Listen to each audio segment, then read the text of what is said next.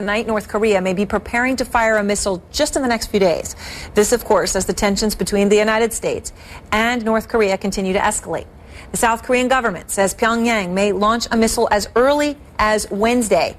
And the news comes as a new CNN poll shows 41% of Americans see North Korea as an immediate threat, up 13 percentage points in just 3 weeks.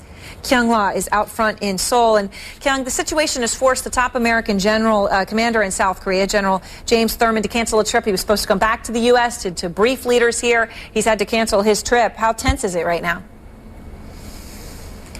Well, it's tense and not tense all at the same time, and here's why. Seoul is just 1 hour south of the DMZ, a city of 11 million people, just in this immediate area.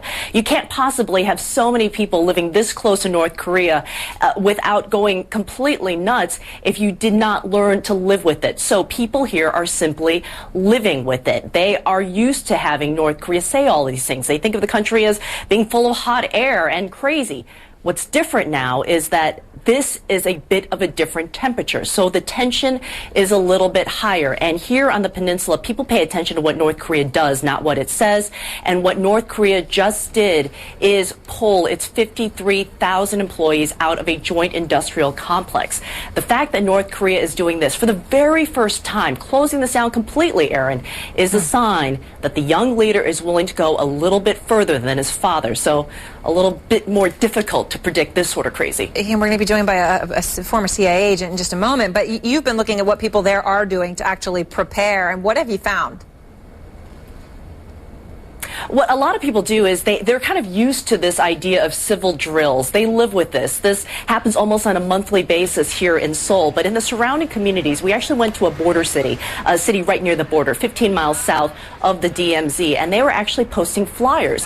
These flyers have the markings of where you can go if there is some sort of a disaster, whether that be a natural disaster or some sort of impact from the north. So people are preparing for it in a quiet way, but if you talk to people, they don't really actually want to think about it because they are, again, Aaron, so numb. It is so difficult to think about what would happen if North Korea actually did launch something into South Korea. The casualties would be unthinkable.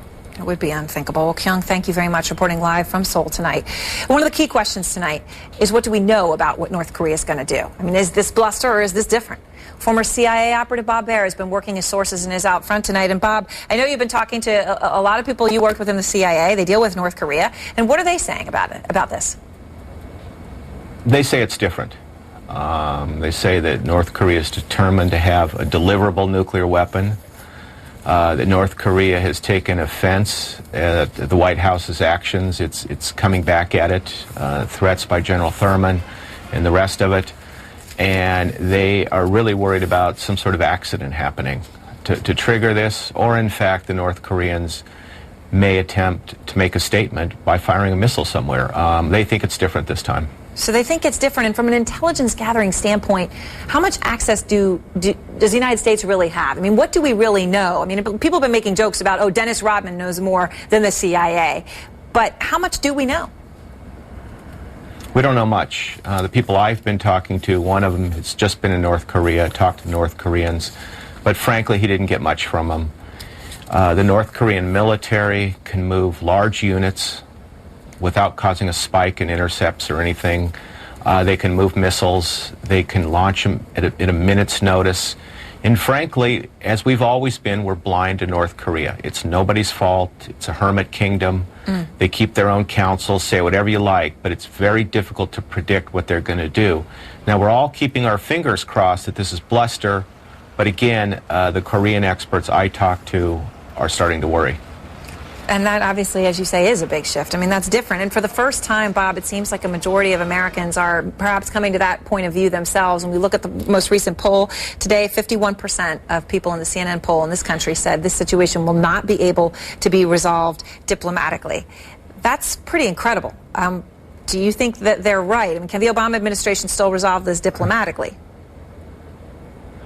Well, we need to reopen communications with North Korea. We have to start recognizing what they think of their legitimate demands. Their leadership is isolated. They live in a bubble. They truly believe that they're a major military power and that they can hit the United States and hit it hard. And, you know, we just simply have to talk them back from this position, which right now we're not doing. This is not the kind of regime you got to say, listen, if we stop talking to them, they'll behave. They don't work that way. The Koreans will do something if we don't quickly establish some sort of communications.